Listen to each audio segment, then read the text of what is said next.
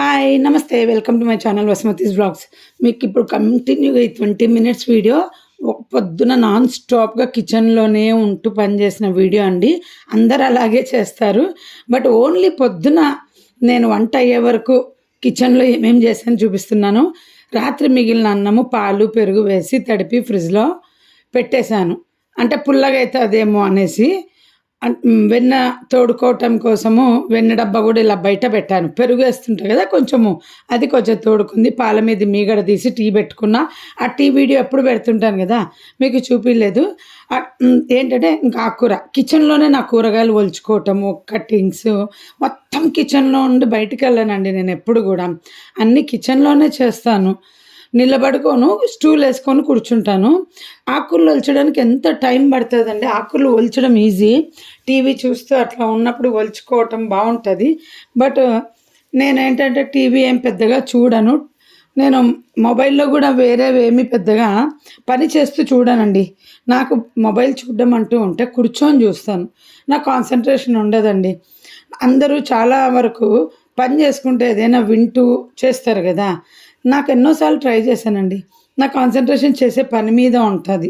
లేదా మీతో ఇట్లా వీడియో షూట్ చేస్తూ మీతో మాట్లాడుతున్నట్టు నాకు ఒక హ్యాబిట్ ఉందండి. మా పాప ఎప్పుడొచ్చి ఏం మాట్లాడుకుంటున్నావు నీలో నువ్వు అని అడుగుతుంటారు.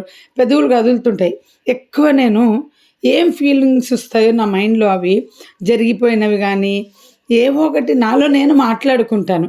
నాకు ఎవరితో అవసరం లేదు. అర్థమైందా? మనలో మనం మాట్లాడుకోవాలి. ఎవరైనా మనల్ని ఏదన్నా అనింటే దానికి మనము లోపల నుండి ఆన్సర్ ఇవ్వడం కానీ, ఇలా నా హ్యాబిట్ అని చెప్తున్నా. ఎక్కువ మా పాప వచ్చి ఎగతాళి చేస్తూనే ఉంటుంది. నీలో నువ్వేం మాట్లాడుకుంటున్నావు అని. ఎందుకో నాకు అదే. అందుకే నేను ఒంటరితనం ఎప్పుడు ఫీల్ అవ్వనండి. లోన్లీనెస్సే ఉండదు పని చేస్తున్నంతసేపు. ఎవరన్నా నేర్పిన వంట గురించి గుర్తొస్తుంది. నేను చెప్పిన టిప్స్ మీకు వీడియోలో చెప్పినవి ఏమన్నా రివైజ్ చేసుకుంటుంటే, ఇంకా యూట్యూబ్తో మీతో బిజీగా ఉంటానా, వీడియో షూట్ చేసినప్పుడు మీతో ఇలా మాట్లాడాలని అలా అనుకుంటుంటా. ఎర్ర తోటకూరతో పప్పు చేసుకుంటున్నానండి. ఇంకా అప్పటికప్పుడు ఒలుచుకొని అప్పటికప్పుడు చేసుకుంటున్నాను. నా చేతికి నేను గాజులు వేసుకోవట్లేదండి. ఎడమ చేతికి వాచ్ కూడా పెట్టుకోవట్లేదు. పెయిన్ ఉంది కదా. సో నాకు అది లేకుండా చేతికి గాజులు ప్లస్ వాచ్ లేకుంటే కొంచెం కంఫర్ట్గా ఉంది. లేదంటే ఇంకా ఇదే పెయిన్, దాని మీద కొంచెం చేయి తిప్పేటప్పుడు బరువు అనిపిస్తుంది. ఇంకా బాగానే ఉంది. మా డాక్టర్ మందులు తీసుకున్నాక ఇంకా కొత్త పని మనిషి కూడా వస్తుందండి. 6కు రావట్లేదు, బట్ 10:30కు వస్తుంది. కరెక్ట్ టైంకి వస్తుంది. చాలా ఫాస్ట్గా చేసేస్తుంది. ఆమె వచ్చేసరికి నేను అన్ని పనులు కంప్లీట్ చేసుకొని కూర్చోవాలన్నమాట. ఎందుకంటే ఆమె అంత ఫాస్ట్గా చేస్తుంది. నేను ఆమెతో మేనేజ్ చేయలేను. ఇల్లు ఊడ్చి తుడచడానికి నేను అన్నీ ఎత్తి పెడతానని చెప్పిన. ఫస్ట్ రోజు అన్నీ ఎత్తిపెట్టిన, రెండో రోజు సగమే ఎత్తిపెట్టిన పైకి. ఎందుకంటే క్లీనింగ్ అంటూ ఆమెకు ఒక సెక్షన్ రోజు కొద్దిగా చేయని అడిగినాను. కొంచెం చేసింది, బాగా చేసింది. అంటే మనము సొంత మోళ్ళు చేసుకున్నంత మ్యాక్సిమం చేసింది. రెండో రోజు కూడా నేను అలాగే అన్నీ చెప్పిన, ఇది అని. ఆమె ఏం చేసిందంటే తను ఎంత చేయాలో అంత చేసి ఇంక మిగిలినది రేపు చేయించుకో అనింది. ఇక్కడ ఏంటంటే 1200 మనకు ఇల్లు ఊడ్చి తుడవడానికి, 800 డస్టింగ్ అన్నమాట. సరే ఏదో ఒకటి 800 నేను ఎట్లా లెక్క వేస్తున్నా అంటే, ఉట్టి ఇల్లు ఊడ్చి తుడవడానికి 2000 ఇవ్వలేం కదండి. ఆమెమో గిన్నెలు చేయించుకోమనింది. నేను గిన్నెలు చేయించుకోలేను, నాకు బండెడు గిన్నెలు ఉంటాయి. అందుకనేసి గిన్నెలు నేను చేసుకుంటూ డస్టింగ్ ఆమెతో. అందరూ డస్టింగ్ మనం చేసుకుంటూ గిన్నెలు పని మనిషితో చేయించుకుంటారు కదా. డిష్ వాషర్ పెట్టుకోండి. నా టిప్ మీకు యూజ్ అవుతుందేమో చూడండి నిజంగా. ఎందుకంటే మనం ఏం చేస్తున్నామంటే అందరం మనమే బాత్రూమ్ కడుక్కుంటాం, మనమే డస్టింగ్ చేసుకుంటాం. కానీ చక్కగా నిలబడి పని వాళ్ళు గిన్నెలు తోమిపోతారు, ఇల్లు ఊడ్చి తుడిచిపోతారు. యాక్చువల్గా ఇల్లు ఊడ్చి తుడచడం కూడా మనమే చేసుకోవచ్చు ఓపికంటే. ఈ మాపింగ్ స్టిక్స్ వచ్చినాయి, కానీ బాత్రూమ్ క్లీనింగ్లకు పెట్టుకోండి కంపల్సరీ ఈ ఏజ్లో. తర్వాత డస్టింగ్కి ఇలా గ్లాస్ డోర్లు తుడడానికి. ఎందుకంటే వేళ్ళ నొప్పులు వచ్చి నేను ఇప్పుడు సఫర్ అవుతున్నాను. నా చిన్నప్పటి నుండి అమ్మకు హెల్ప్ చేసి పని మనుషులు రాకుంటే, మా అమ్మ వాళ్ళ ఇంట్లో అండి మీకు తెలీదు ఎంత డస్ట్ ఉంటుందంటే, రూమ్కు బకెట్ నీళ్ళు మార్చాలి, 2 సార్లు తుడచాలి పాలిష్ బండలైనా కానీ. అలసిపోయేదాన్ని నేనైతే. మా అమ్మ వాళ్ళ ఇంట్లో బట్ట పిండి బకెట మోసుకొని ఒక పని మనుషుల్లాగా చేసేవాళ్ళం. పని మనుషులు రాకపోతే అమ్మ చేయలేదని మేము చేసేవాళ్ళం. చదువుకుంటా ఉండింటే మాతో వాళ్ళేం చేపించకపోదురు. ఇంక ఇంట్లో ఖాళీగా ఉన్నాము. ఇంక పెళ్లి వయసు వచ్చే వరకు పెళ్లి చూపులు జరుగుతూ ఉంటే ఖాళీగా ఉండకుండా ఇలాంటి పనులన్నీ చేశాననమాట. వాషింగ్ మిషన్‌లో ఎయడాలు. చిన్నప్పుడంటే ఇప్పుడు మా పిల్లల ఏజ్ దగ్గర దగ్గర ఈ ఏజ్‌ల నుండి మాకు పెళ్లి చూపులు మొదలైనాయి. అంటే అందరికి అప్పుడు ఆహ్, ఇంటర్ అయిపోతేనే ఇంకా పెళ్లి చూపులు స్టార్ట్ చేసేవాళ్ళు గదా! సో, పెళ్ళిళ్ళు చేసుకున్నోళ్ళు చేసుకున్నారు. నేను పెళ్లి చేసుకోకపోయినా చేసుకున్న వాళ్ళతో సమానంగా పని జేశాను. సో, మనకంటే మన పేరెంట్స్ ఆరోగ్యం ఇంకా పాడెందుకయింది? మనం 50 ఏండ్లకు హెల్త్‌లు ఇంగా మేనేజ్ జేసుకుంటున్నాం. చిన్న వయసులో అతి కష్టం చేయటం వల్ల. ఇది మా గురు శిష్యురాలు నాకెప్పుడు చెప్పేది నేనెక్కువ కష్టపడుతున్నప్పుడు ఇదే మాట. "ఎక్కువ పని జేస్తున్నావు. ఒక వస్తువు మీద బరువెక్కువేస్తే అది విరిగిపోతది గదా! అంత ఎక్కువ చేయొద్దు, చేయొద్దు" అనేసి. పెళ్ళికి ముందు వాళ్ళే ట్రైనింగ్‌లిచ్చినారు. పనులు జేయాలి. ఇంతింత జేపిచ్చారు. ఒక్కరోజు గూడా అరే! పిల్లల చేత ఇంత పని చేపిచ్చగూడదని మా పుట్టింట్లో ఏ రోజు గూడా మాకు కూర్చోబెట్టింది లేదండి. వాళ్ళకి కావాల్సినంత చాకిరీ జేపిచ్చేసినారు. అదే అత్తగారంటే తిట్టుకునేవాళ్ళం. సో, పెళ్ళయ్యాక మా అత్తగారే నాతో అంత పని చేపిచ్చలేదనిపిస్తది. ఎందుకంటే అత్తగారింటికి పోతే ఆడ వంట పని, వాళ్ళు ఫ్లోర్ క్లీనింగ్ అంటే ఏమంటే అత్తగారింట్లో స్లో ఎక్కువ వాళ్ళు. ఆహ్, అంతే తప్ప నేను నిజంగా చెప్పాలంటే పుట్టింట్లోనే ఎక్కువ పని చేసిన. అయినా గానీ అత్తగారింటి పనే మైండ్‌లో ఉంటది ఎవరికైనా. పుట్టింట్లో నిజంగా ఎవరైనా నాలాంటోళ్ళు ఉంటారేమో అని చెప్తున్నాను. బట్ నాకు రిలాక్స్ వచ్చిందండి. పెళ్ళైన తర్వాత రిలాక్స్ వచ్చింది. కాకపోతే నాకెక్కడ కష్టమైందంటే ఫైనాన్స్ ప్రాబ్లము. తినడానికి గూడా అంటే కోరిన తిండి తినకుండా ఉండడం మా ఇంట్లో. విజయవాడలో ఉన్నప్పుడు గానీ, ఇలాంటివన్నీ ప్రాబ్లమ్ వాళ్ళకు కనిపించినాయి గానీ, చాకిరీ అయితే నాకు ఒక బిందెలు మోసేదాన్ని, బట్టలు పిండేదాన్ని అంతే. బట్ అమ్మ వాళ్ళ ఇంట్లో చేసిన పనితో చూసుకుంటే అందుకే ఎక్కువ చాకిరీ చేశాను. నాకే తెలియకుండా అంత ఇంట్లో అంత పని చేసిన నేను అంతంత టీలు, అంతంత వంటల కాడ హెల్పులు, మొత్తం పెళ్ళైనోళ్ళు ఎంత బాగా పెద్దింట్లో 100 మంది ఉన్నోళ్ళు చేసినట్టు మా అమ్మోళ్ళ ఇంట్లో చుట్టాలు ఎక్కువ వచ్చేవాళ్ళు. గెస్టులు ఎక్కువ ఉండేవాళ్ళు. సో, ఎంగిలి పళ్ళాలు ఎత్తడం, ప్లేట్లు కడగడము, పండ్లు కట్ చేయడము, డస్టింగ్ చేయటము, రోజు వాష్ బేసిన్‌లు క్లీన్ చేయటం మా అమ్మోళ్ళ ఇంట్లో మేము. తర్వాత పరుపులేయటం అందరొస్తే, తర్వాత పని మనిషి రాకుంటే కసుగొట్టి ఇల్లు అలకాలి. రోజు దేవుని రూమ్, స్టోర్ రూమ్ మేమే అలికేవాళ్ళం. అందులో పని మనిషిని ఎంట్రీలో బట్టలు వాషింగ్ మిషన్ ఏసి ఆరబెట్టి, నీళ్ళు మందులు పెట్టి, మళ్ళీ తెచ్చి మడతబెట్టి, గురువు శిష్యులవి బట్టలు ఐరన్ చేసి, గెస్ట్‌లకు లీటర్లు టీ గెస్ట్‌లున్నప్పుడు రోజుకి 10 సార్లు టీలు చేసి, ఇంకా చెప్పరాని కష్టమంతా చేశానండి. అందుకే నాకు ఇప్పుడు ఇంత ప్రాబ్లమొచ్చింది. మా సిస్టర్ ఇద్దరు గూడా నా అంత శరీర కష్టం చేయలేదు. వాళ్ళ అదృష్టం అది. నా నా అదృష్టం ఇదనమాట.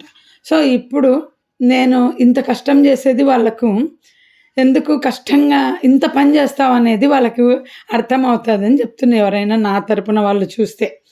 అక్కడ మొదలు చేశానండి. అక్కడ మొదలుపెట్టాను. అందుకే ఇప్పుడు నా పిల్లలకు నేను అంత కష్టం చేయనీయట్లేదండి. ఇక్కడ అలవాటైపోయి అక్కడ గూడా ఏం చేసేస్తారంటే, మా ఇంట్లో అలవాటులే అని అడ్డాదిడ్డంగా చేసేసి హ్మ్. కష్టపడతారు. ఇప్పుడు ఇక్కడ కంఫర్ట్ ఉందనుకో నాకు అలవాటు లేదు అని వాళ్ళ ప్లానింగ్ లైఫ్‌లో ఎంత కావాలో అంత ప్లానింగ్ చేసుకుంటారనమాట. ఇది ఇది నా బాధ. ఎందుకంటే నా వేళ్ళతో ఎంత సఫర్ అవుతున్నా అంటే ఇప్పుడు పని మనిషి ఎంత క్లీన్ చేస్తే రోజు అంతే చేయించుకుంటున్నానండి నేను. అంతే ఎక్కువ చేయించుకోవట్లేదు. ఎందుకంటే నాకు డస్ట్ చూస్తూ అయినా ఉంటాను అనేసి. ఇప్పుడు చూడండి కిచెన్‌లో పని చేస్తూనే ఉన్నా. ఆకుకూరలు ఒలుచుకున్నా, పప్పు చేశా, అన్నం చేశాను. తర్వాత మళ్ళీ ఇడ్లీ పెడుతున్నాను కొంచెం పిండి మిగిలితే. హ్మ్. ఇంగా మా పిల్లలకి మళ్ళీ సెపరేట్‌గా వేరే టిఫిన్ చేశా. ఇది టిఫిన్ మా వారికొక్కటే టిఫిన్ చేస్తా. ఇప్పుడు అన్నం వంచుకుంటుంటా ఇంతమందికి. ఈ బ ఏమ్స్ గిన్నెలు వాడి గూడా నాకు చెయ్యి నొప్పి, రిస్ట్ నొప్పి వచ్చిందనిపిస్తుంటది. బరువుగుంటాయి గదండీ! గంజి వారుస్తుంటాను. ఇప్పుడు వీటన్నిటిని నేను తప్పించుకోలేను గానీ, కాకపోతే ఈ డస్టింగ్ నా మీద పడకుండా చూసుకుంటున్నాను నా ఆరోగ్యానికి. ఇంట్లోనే బాగా నేను చెయ్యనని మొండిగేసి కూర్చున్నాననమాట. ఎంతైనా సరే పని మనిషినిచ్చి పెట్టండి. నేను సుఖపడేదంటూ ఇంక అదే. నాకు వేరే సుఖం ఏముంది, మీరు హోటల్‌లోకి పిలుచుకోకపోయినా, తిండి పెట్టకపోయినా నాకు అక్కర్లే. నేను చెయ్యలేను అనేసి. ఇంక ఇప్పుడు ఈవిడ ఎంత చేస్తే రోజు అంత చేపించుకుంటానండి. బానే ఉంది ప్రస్తుతానికి. సో, ఇలా నా ఫీలింగ్స్ షేర్ చేశాను. ఎందుకంటే ఆహ్, మేము యాక్చువల్‌గా ఎవరైనా సరే ఒక పెద్దింటి పిల్లలు అని చెప్పుకుంటాం గానీ, మా అమ్మ వాళ్ళ ఇంట్లో మాత్రం నేను చేసినంత గొడ్డు చాకిరీ ఎవరు చేయలేదు. ఇంకా నేనంత పని చేస్తాననే గెస్ట్‌లెప్పుడు నా మీద మా ఇంటికొచ్చేవాళ్ళండి.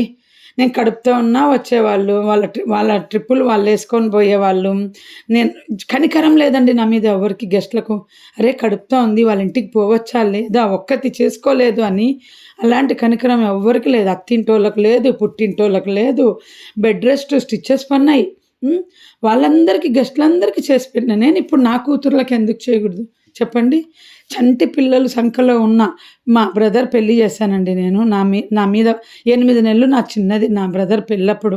మొత్తం పెళ్లి బాధ్యత నా మీదేసుకొని నేను చేస్తే ఎన్ని నిందలు మోసానండి. ఆ పాపకు మోషన్స్ 8థ్ మంత్ మోషన్స్ అసలు. అటు విడిదోళ్ళని చూసుకుంటూ విడిదోళ్ళ సింగిల్ బెడ్‌రూమ్ అయితే అందరు మా ఇంట్లోనే అండి. వాళ్ళకొక విడిది ఇల్లు ఇస్తే అందులో లేరు. అందరు నా మీద ఉన్నారు. మా ఇంట్లోనే సింగిల్ బెడ్‌రూమ్ ఫ్లాట్‌లో. దానివల్ల ఎన్ని నిందలు మోసానండి. ఎన్ని నిందలు మోసానండి నిజంగా. అత్తింట్లో చూస్తే అక్కడ కష్టమే. పుట్టింటోళ్ళతో కష్టపడ్డాను. ఇప్పుడు అందుకే నాకు అత్తిల్లొద్దు, పుట్టింటోళ్ళొద్దు, ఎవ్వరొద్దు. నేను, నా పిల్లలు, నా హస్బెండ్ అని ఒక్క గెస్ట్‌ని కూడా నేను ఇన్వైట్ చేయట్లేదండి. ఒక్కరిని కూడా. ఫార్మాలిటీకి కూడా ఇన్వైట్ చేయట్లేదు. ఇప్పుడు నేను అనుభవిస్తున్న ఈ హెల్త్ ఇష్యూ నాకు పాత జ్ఞాపకాలన్నీ చేస్తున్నాయండి. మీరు వీడియో చూస్తున్నారా? 8 ఇడ్లీలు చేశాను చూడండి. అంతే. ఏంటంటే కొంచెం పిండి మిగిలింది. ఇప్పుడు మా ఆయన ఆఫీసు ఫీల్డ్ వర్క్ మళ్ళీ. అప్పుడు క్యానాన్‌లో ఉండేవాళ్ళు. ఇప్పుడు క్యానాన్ డీలర్ దగ్గర వర్క్ చేస్తున్నారు. పెళ్ళైన కొత్తలో క్యానాన్ డీలర్ దగ్గర ఉన్నారు. నేను మళ్ళీ పెళ్ళైన కొత్తలో లాగా పని మనిషి లేకుండా రకరకాలుగా కష్టపడుతున్నాం. మళ్ళీ మా బ్యాక్ ఎళ్ళి మా జీవితం ఫ్రంట్‌కొస్తుంది. ఎప్పుడు అంటాను ఎవరితోన్నా ఫోన్ మాట్లాడితే, భగవంతుడు చేసిన తప్పులన్నీ సరిదిద్దనీక మా ఇద్దరి లైఫు వెనక్కు పోయి మళ్ళీ ముందుకు నడిపిస్తాడు. అలా ఉంది ప్రస్తుతము అని. కానీ ఒక విషయంలో మాత్రం చాలా అదృష్టవంతురాలినండి. మా ఆయన నాకు తిండి ఎలా పెడుతున్నాడంటే, డబ్బు లేదు అనే పదం అస్సలు లేదండి మా దగ్గర. ఏది కావాలో అది తినమంటాడు. ఎంత కావాలో అంత సరుకులు. నేనసలు ఫైనాన్స్ ప్రాబ్లమ్ ఎంత సఫర్ అయితున్నా, నేను చేసుకున్న ఆ పుణ్యం గెస్ట్‌లకు కడుపు నిండా తిండి పెట్టిన పుణ్యం ఈరోజు మా ఆయన నాకు కడుపు నిండా పెడుతున్నాడు. ఏ భార్య అయినా నేను చెప్తున్నా కష్టాల్లో కడుపు మార్చుకొని బతికింటది. నేను ఏ రోజు కడుపు మార్చుకోలే. నా చేతులారా నేనే ఏంటంటే మిగిలిన అన్నంను వేస్ట్ చేయడం నాకిష్టం ఉండదు. తీసుకుపోయేటోళ్ళు ఉండరు. అన్నం పరబ్రహ్మ స్వరూపం. అన్నంను పడేస్తాం డస్ట్‌బిన్‌లో అదెంత పాపం. మనం అలా తినడం మొదలుపెడితే మనమే కరెక్ట్‌గా వండుకుంటాం. మా పిల్లలకి ఇదే చెప్తా. నేను కొంచెం కొంచెం ఎందుకు వండుతున్నాను, మళ్ళీ రిపీట్ చేసి తినకూడదు. నాకది నచ్చదు. ఫ్రిడ్జ్‌లో పెట్టుకోవటం, మళ్ళీ వేడి చేసుకోవడం. మిగిలితే ఎప్పుడైనా పొరపాటున ఫ్రిడ్జ్‌లో పెట్టేతానండి. కానీ అదే పనిగా నేను ఫ్రిడ్జ్‌లో పెట్టుకోను. చాలామంది నాకేమంటారంటే, ఫ్రిడ్జ్‌లో పెట్టుకొని తింటే గ్యాస్ వస్తది, అదొస్తది. హోటలోడు మనం డబ్బులు కట్టి వాడు ఫ్రిడ్జ్‌లో పెట్టి ఇచ్చిన తిండి తింటున్నాం. అన్నీ ఫ్రెష్‌గా ఉన్నాయంటాం. ఇంత చక్కగా ఆకుకూరలు ఏరుపంచి కట్ చేస్తారండి పురుగు, పుష్టు లేకుండా. ఇంత మనం ఇంట్లో చేసినంత నీట్‌గా వండుతారా అండి? ఎక్కడో ఒక వాళ్ళది బ్యాక్టీరియా ఉంటది. ఏదో ఒకటి ఫ్రీజర్‌లో పెడతారు. నేను చాలా సార్లు బెంగుళూరులో చెడిపోయిన ఫుడ్ తిని పడేసాం. ఇక్కడ కూడా అండి ఈ గ్రీన్ చట్నీలు ఇవన్నీ కొనుక్కొని వస్తేనే వాసనొచ్చి పడేస్తామండి. ఇట్లా తెచ్చుకుంటాం. ఇంక సమ్మర్‌లో అయితే చెప్పకండి అసలు. పాచిపోయిన ఉర్లగడ్డ వస్తది. ఇంకెవరైనా అంటే మాకట్లా రాదు అని. మీకు రాకపోవచ్చు గానీ, ఎక్కడైనా మన ఇంట్లో చేసుకొని నీట్‌గా ఫ్రిడ్జ్‌లో పెట్టుకొని తింటే తప్పు లేదు. ఇంకా గ్యాస్ట్రిక్ ప్రాబ్లమ్ అది ఇది ఉంది గదా! నాకెప్పుడు చెప్తాను. ఫ్రెష్ ఫుడ్ తిన్నోళ్ళు హాస్పిటల్‌కి పోతున్నారు. హోటల్ ఫుడ్ తిన్నోళ్ళు హాస్పిటల్ పోతున్నారు. ఒక్కొక్కరిది ఒక్కొక్క టైపు. నేనిప్పుడు ఎందుకు సఫర్ అయితున్నా? అతి చిన్న వయసులో ఓవర్ పని చేసి తర్వాత డెలివరీల తర్వాత బెడ్ రెస్ట్‌లు లేవు మాకు. ఏమీ లేవు. మంచి ఫుడ్ లేదు కడుపుతో ఉన్నప్పుడు. కోరుకున్న ఇష్టమైన ఆహ్, లైఫ్‌లో మేము కడుపుతో ఉన్నప్పుడు రెస్ట్ తీసుకోలేకపోయినాము. డెలివరీ తర్వాత లేదు. డెలివరీ ముందు లేదు. హ్మ్. ఇంకా ఇ ఇలాంటివన్నీ గూడా మీద పడతాయి. ఎందుకంటే ఫైనాన్స్ ప్రాబ్లమ్ ఒకటి అడ్డం వచ్చింది. తర్వాత ఇంకా ఆదరణ చేసే ఇల్లులు లేవు మాకు. 2 వైపులా లేదు.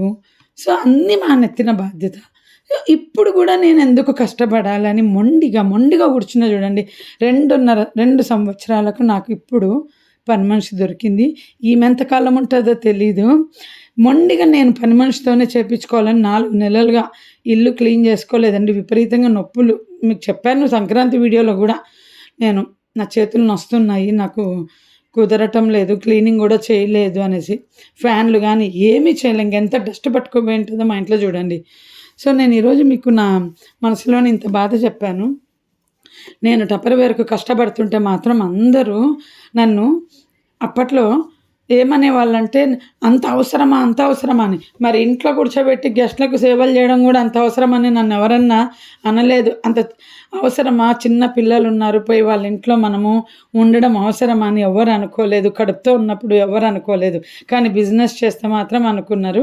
నేనిప్పుడు టపర్‌వేర్‌లో ఫార్మాలిటీగా దిగినానండి. చేద్దాం బిజినెసు. ఎందుకంటే ఇక్కడున్న టపర్‌వేర్ వాళ్ళకు నేను కొంచెం హెల్ప్ చేశాననుకో, నాతో ఫ్రెండ్‌షిప్ పెరుగుతది నాకు వాళ్ళకు. కొంచెము నాకు ఆ టపర్‌వేర్ పిచ్చి. మీరు చూస్తూనే ఉన్నారు వీడియోలలో. నాకు ఈ యూట్యూబ్‌లో చాలా మటుకు టపర్‌వేర్ మీద చెప్పడమే కంటెంట్ ఉంటది. అది నా బ్లడ్‌లో అట్లా అయిపోయింది. ఇందాక ఇడ్లీ చూసారు కదా! అది కొంచెం స్టీమ్ అవ్వలేదు. ఇది టపర్‌వేర్ స్టీమరు. మళ్ళీ రెండోసారి పెట్టాను. సో, కష్టపడుతున్న వాళ్ళను ఎగతాళి చేయకండి. ఇప్పుడు నాకు జబ్బు వచ్చిందనేసి ఆహ్, ఆలోచించండి. నేనెందుకు చెప్తున్నానంటే, మన శరీరము ఎంత తట్టుకుంటదో అంతే పని చేయాలి. పని వాళ్ళు చేసినట్టు పని వాళ్ళకు దేవుడు ఏం తిండి తినకపోయినా ఎనర్జీ ఇస్తాడు. వాళ్ళు బతకాలి గనక. మనకివ్వలేదు ఆ ఎనర్జీ. మనం బలవంతంగా డబ్బులు మిగిలించుకోవడం కోసం పనులు చేసుకుంటాము. ఇలా అనారోగ్యం తెచ్చుకుంటాం. మా అమ్మని చూశానండి.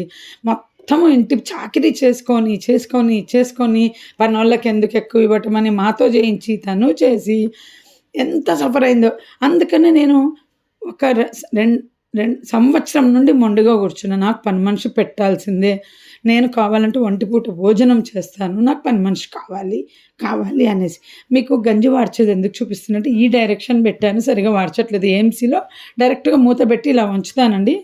అట్లా పెట్టే చెయ్యి నొప్పి కూడా వచ్చుంటే నేను యాక్చువల్‌గా లెఫ్ట్ సైడ్ డైరెక్షన్‌తో, బట్ మీరు చూస్తారని ఇలా నేను బెంగుళూరులో అండి ఇండక్షన్ స్టవ్ మీద గ్యాస్ సిలిండరు ఇక్కడికి షిఫ్ట్ అయిపోతాము. గ్యాస్ వేస్ట్ ఎందుకు చేయటం అనేసి ఇండక్షన్ మీద ఒక నెల వంట చేశానండి.